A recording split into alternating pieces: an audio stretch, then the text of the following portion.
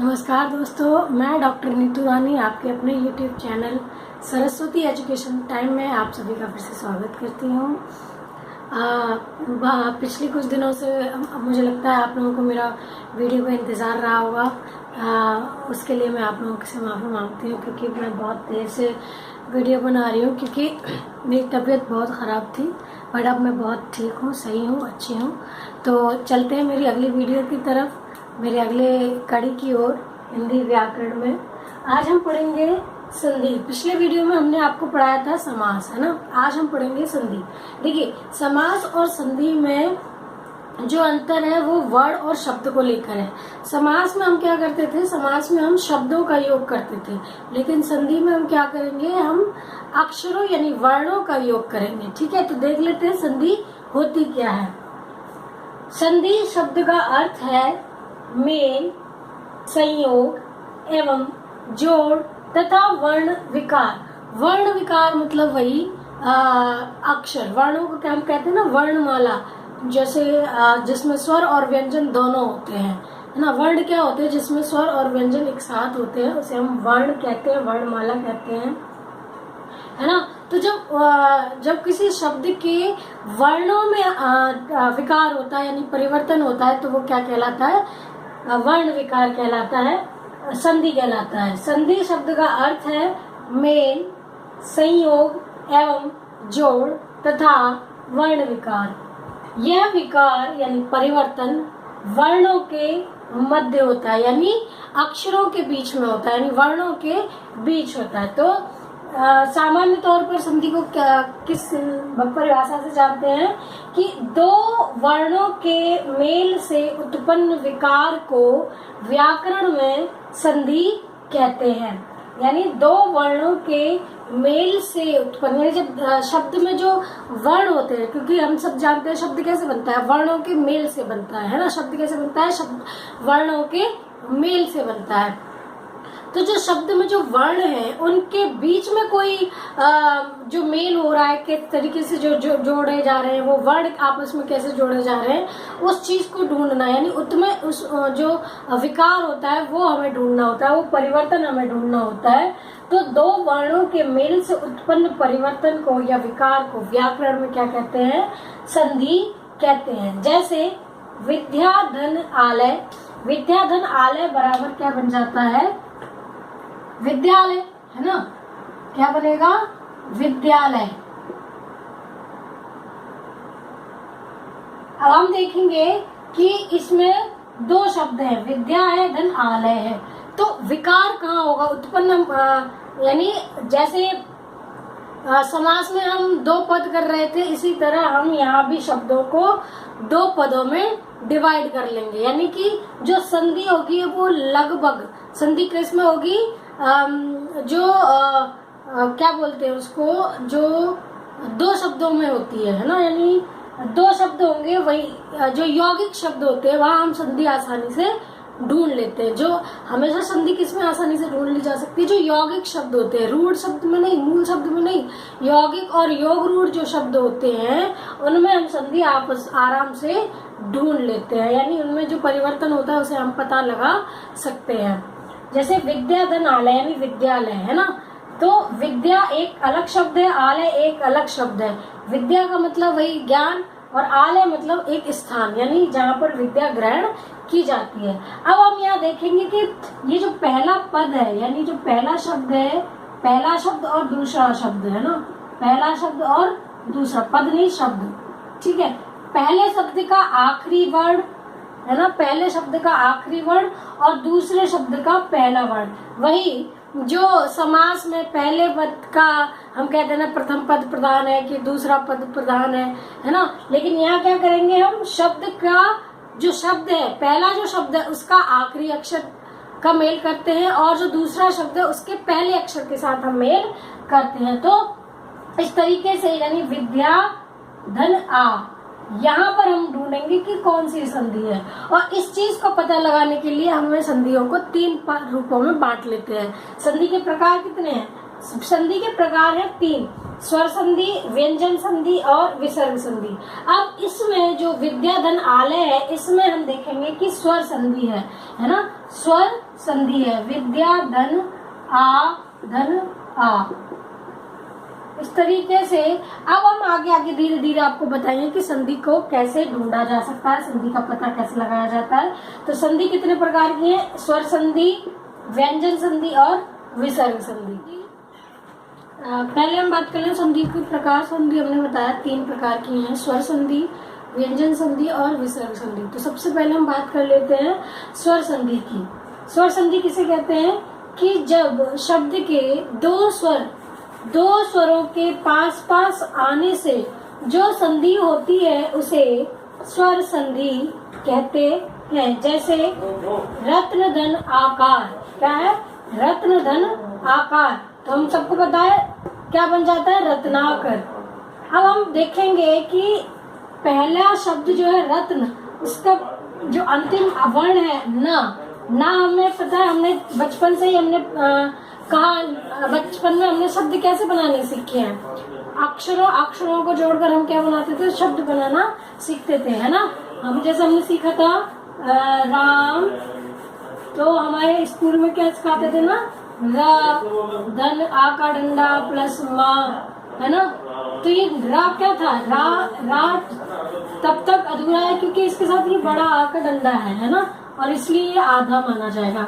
और अगर रा ऐसा हो तब भी इसमें क्या होता है, अ पहले छिपा होता है, इसको हम ऐसे मानते हैं, है ना। हम इसको ऐसे देख लें, इसका मतलब हो गया रा, इसका मतलब हो गया सीधा रा, है ना। तो ये जो ना है, पीछे का जो ना है रत्न, और ये जो हमारा आकार, इन दोनों का मिलान होना है, इन दोनों में विकार होना है, यानी इन दोनों में परिवर्तन होना है, यानी इनको एक करना है। क्या करना है, एक करना है। अब करेंगे कैसे, तो अब क्या करेंगे, हम पीछे का ना लेंगे, ना को हम तोड़ देंगे यहाँ पर, है ना। ना को तोड़ने के बाद ये जो आ यहाँ रख देंगे और इसका आ उठाकर यहाँ रख देंगे, तो दोनों मिलाकर छोटा अ यानी ह्रस्व अ और दीर्घ आ मिलकर क्या बनते हैं, दीर्घ आ मिलते हैं। तो इस आ की यहाँ पर भी जरूरत नहीं है, ना पर ही डंडा लगा देंगे, तो क्या बन जाएगा, रत्नाकर। आ रही है बात समझ में।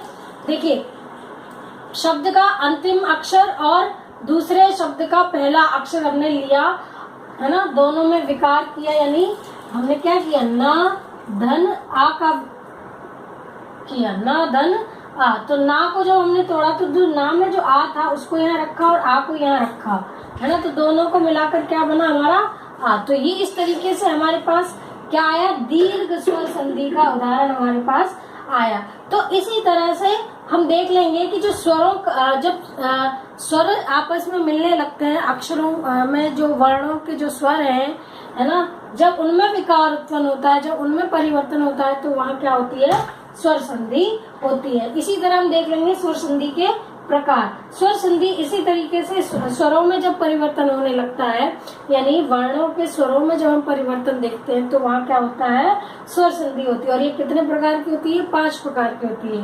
दीर्घ संधि, जिसका उदाहरण हमने अभी देखा, दीर्घ संधि, गुण संधि, वृद्धि संधि, यड संधि और अयादि संधि। अब हम इन स्वर संधि को, उनके 5 प्रकार को फिर से एक एक चीजें समझते चलेंगे।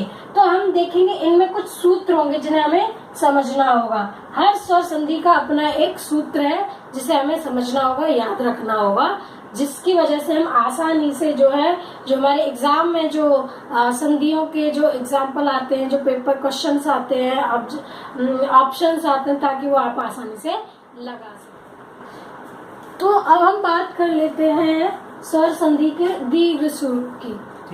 ये जो है ना, अब हम आपको दिखा देते हैं कि दीर्घ संधि में जो स्वर होते हैं उनका दीर्घ हो जाना लाजमी होता है, यानी कि इन सूत्रों को यदि आप ध्यान में रखेंगे तो आप दीर्घ संधि को आसानी से समझ लेंगे। अब आप इन सूत्रों को ध्यान से रखिएगा और याद भी रखेंगे, और आपको ये बहुत अच्छे से पता भी चल जाएगा।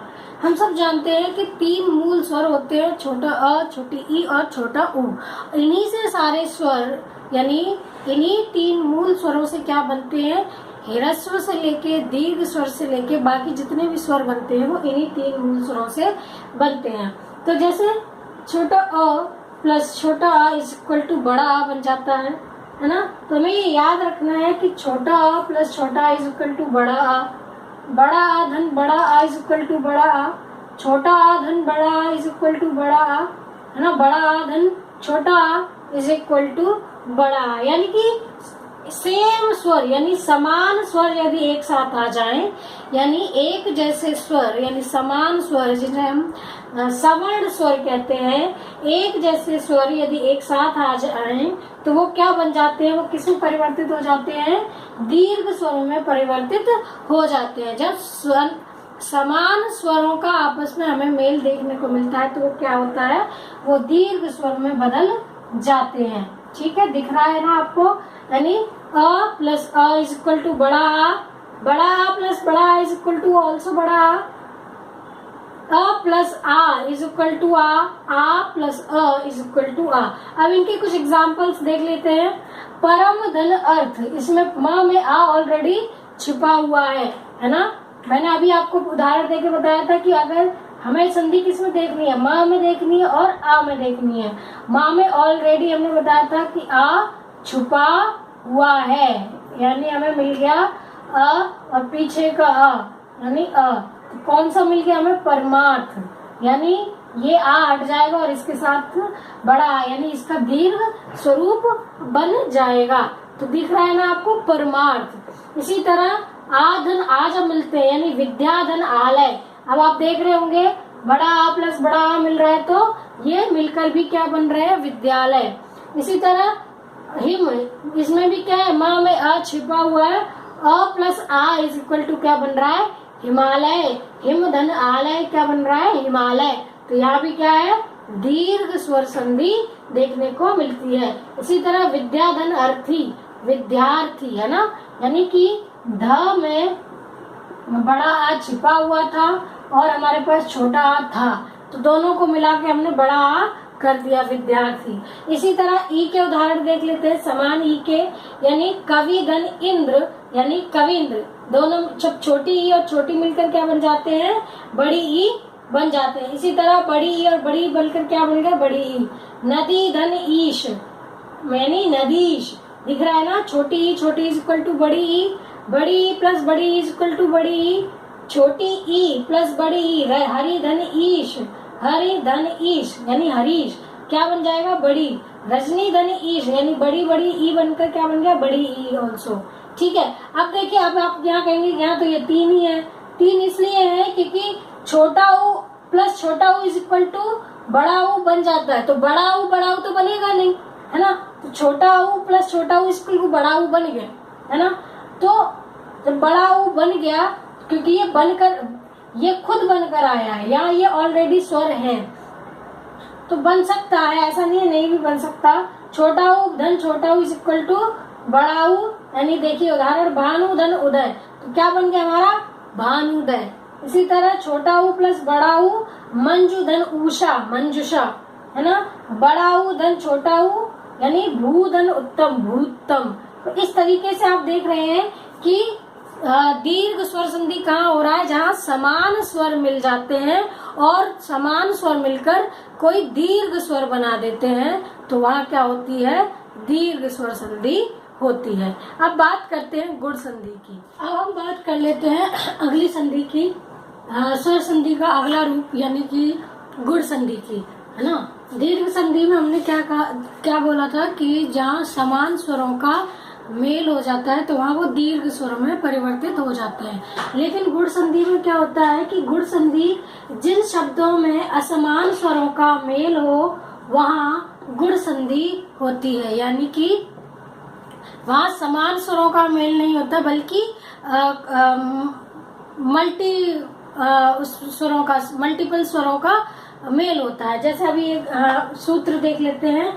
ये सूत्र कुछ इस प्रकार है, जैसे छोटा आ धन छोटी ई इज इक्वल टू ए, यानी कि ए कैसे बनता है, जब अ और ई मिलते हैं तो ए बनता है।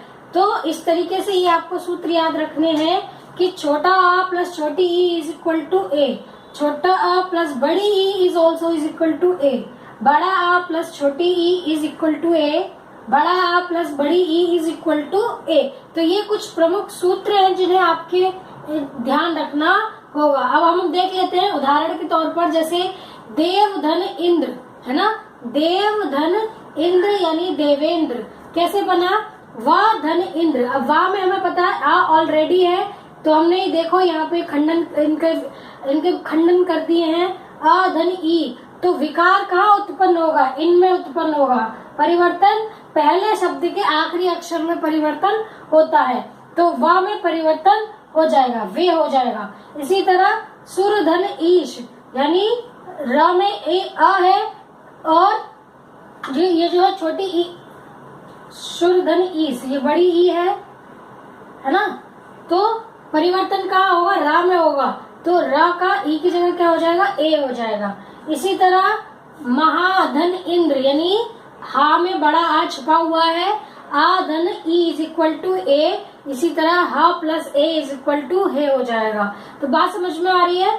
अगला है हा आ धन ई इज इक्वल टू ए, महाधन ईश्वर यानी महेश्वर है ना, बात समझ में आ रही है।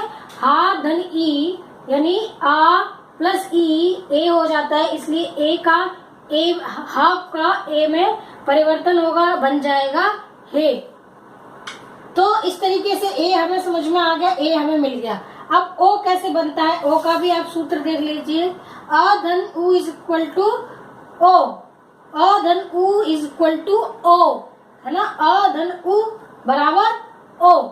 जैसे उदाहरण के तौर पर देख लीजिए, पर धन उपकार, तो परिवर्तन कहाँ होगा, रा में।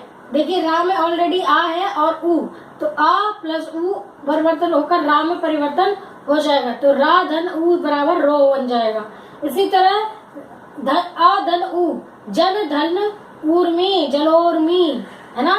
तो इस तरीके से आप समझ रहे होंगे, इसको हम ऐसे लिख सकते हैं, परोपकार ये बना। इसी तरह जलोर्मी, ये मैंने जा लगा रखा है, ये ला है, ठीक है, ये ला है, ला में परिवर्तन होगा है ना, जलोर में। ये जो चीज होती है ये हट जाती है, ये जो होते हैं ये हट जाते हैं और इनकी जगह ये किस में समा जाते हैं, इनमें समा जाते हैं है ना, ये इसमें समा जाते हैं, ये स्वर इसमें। यानी ये जो अक्षर होता है, यानी दूसरे शब्द का जो प्रथम अक्षर होता है वो पहले शब्द के अंतिम अक्षर में अपने आप को सौंप देता है, उसको बढ़ाकर सौंप देता है। तो बात समझ में आ रही है। तो यहाँ इनकी भूमिका यहाँ खत्म हो जाती है और ये इसमें जाकर समाहित हो जाते हैं। इसी तरह पर धन उपकार में आप देख सकेंगे ऊ हट गया, उसकी जगह ओ आ गया है, परोपकार हो गया। इसी तरह जल धन ऊर्मी में जलोर्मी हो गया है ना, क्योंकि ये इसमें समाहित हो गया है। इसी तरह महाउपदेश में तो ऊ हटके ओ हो गया है, तो महोपदेश हो जाएगा। ये क्या हो जाएगा, महोपदेश, ठीक है। और इसके अलावा अगला है आ बड़ा आ धन उ यानी महो ओ, महाधन उर्मी यानी बड़ा आ प्लस बड़ा उ इज इक्वल टू ओ इज ऑल्सो, तो ये होगा महाउर्मी, क्या महोर्मी है ना, क्या बन जाएगा, महोर्मी। बात समझ में आ गई।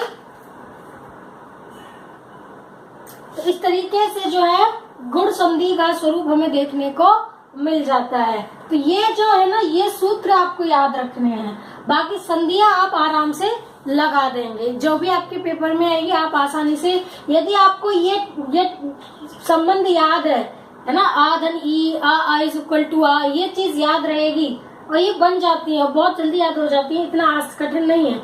ये चीज अगर आपको पता है, याद रहेगी, तो आप संधि आसानी से, कहीं से भी संधि आपसे पूछे वो आप आसानी से लगा। बात कर लेते हैं स्वर संधि के तीसरे रूप की, जिसे हम कहते हैं वृद्धि संधि। क्या कहते हैं, वृद्धि संधि, यानी जहाँ पर स्वरों में वृद्धि हो जाती है। हालांकि दीर्घ स्वर में भी वृद्धि होती है, वही वृद्धि यानी कि जो स्वर हमें प्राप्त हुए हैं उनमें भी वृद्धि कैसे होगी। जैसे हमने आ धन ई प्राप्त करके ए प्राप्त किया, अब अ धन ए मिलाकर उसको दीर्घ बनाना है, यानी अ धन ए बराबर क्या बनता है, बड़ी ए। आ धन बड़ी ए मिलाकर भी बड़ी ए बनता है। आ धन ए मिलाकर भी बड़ी ए, आ धन ए मिलाकर भी बड़ी ए। इस तरीके से आपको जो है ये सूत्र बनते चले जाएंगे।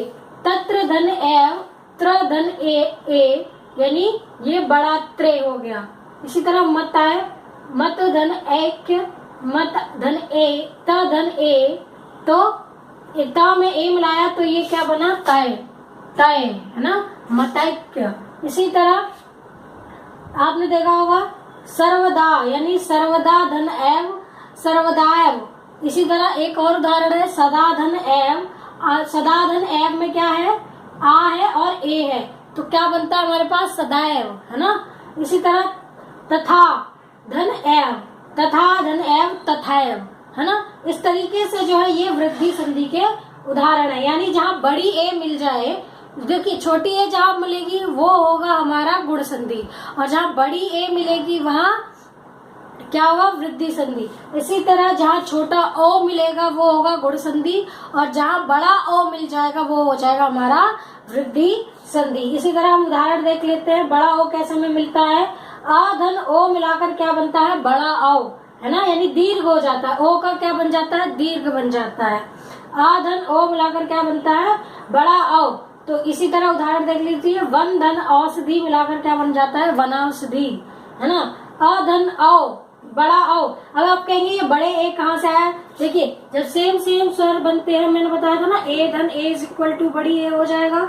इसी तरह ओ धन ओ इज इक्वल टू क्या होगा, बड़ा ओ बन जाता है ना। तो इस तरीके इनको समझाने की फिर से जरूरत तो थी नहीं। तो इसी तरीके से मैंने बताया कि जब आ धन ओ मिल जाए तो बड़ा ओ हो जाएगा वन धन औषधि, यानी वनौषधि। आ धन ओ यानी बड़ा ओ, परम धन औदार्य, परमोदार्य। इसी तरह आ धन ओ इज इक्वल टू आओ, महाधन ओज यानी महोज। इसी तरह आ धन ओ यानी बड़ा आ और प्लस बड़ा आओ मिलके क्या बन जाता है, बड़ा आओ, महाधन औषध यानी महौषध। तो इस तरीके से हम देख रहे हैं कि कैसे स्वरों का आपस में एक तो समान स्वर मिल रहे हैं, है ना। समान स्वर जहाँ मिल जाए और वो समान स्वर मिलकर क्या बन जाते हैं, दीर्घ स्वर बना देते हैं। तो वो तो हो गया दीर्घ स्वर, है ना। वहां भी क्या होता है, आ धन आ बराबर बड़ा आ, तो वो दीर्घ स्वर का उदाहरण है, यानी समान स्वर। ये भी क्या है, दीर्घ स्वर का ही तो उदाहरण है। ये क्या है, दीर्घ स्वर का उदाहरण है। लेकिन जहाँ असमान स्वर यानी आ धन ई मिल रहा है, आ धन ऊ मिल रहा है ना, तो वहां क्या होगा, जहाँ आ धन छोटी ई बड़ी ई मिल रही है वहां होगा जिससे हमें ए मिल रहा है, आ प्लस ऊ मिलाकर क्या मिल रहा है ना, वो ऊ मिल रहा है। तो वहां पर क्या मिलेगा हमें, गुण संधि। और वही गुण संधि से क्या हो जाएगा, जब हम वृद्धि बनानी है यानी गुण संधि से हमें बड़ी चीजें बनानी है, वो क्या हो जाएगा, वृद्धि संधि। यानी बड़ा आ, बड़ी ई और बड़ा ऊ जहाँ मिलते हैं वो होता है दीर्घ स्वर, है ना। जहाँ छोटी ए छोटा ओ मिलता है वो होता है गुण संधि, और जहाँ बड़ी ए और बड़ा ओ मिलता है वो होता है वृद्धि संधि। तो आप लोग ये समझ गए होंगे वृद्धि संधि कैसे मिली है। बस आपको ये चीजें, ये फॉर्मूले आपको याद रखने हैं। अब हम बात कर लेते हैं यड़ संधि। अब तक हमने देखा कि हमारे पास ये जो आ की भूमिका थी वो पहले थी, है ना। अब हम करेंगे, ये होंगे पीछे, बाकी अ ई उ ये सब जो होंगे। अब हम बात करेंगे जहाँ ई की प्रमुखता होगी, क्या होगी, ई की। यड़ संधि में क्या होती है, ई की प्रमुखता पहले होती है। क्या होती है, ई आगे होता है और बाकी कोई भी स्वर अ ई अ उ जो भी स्वर आता है वो इसके पीछे आता है। अब हम थोड़ा इसका उल्टा करेंगे। यड़ में क्या होगा, ई को यड़ अच्छी, ई को यड़ अच्छी, यानी ई जहाँ प्रमुख हो वहां पर यड़ संधि होती है।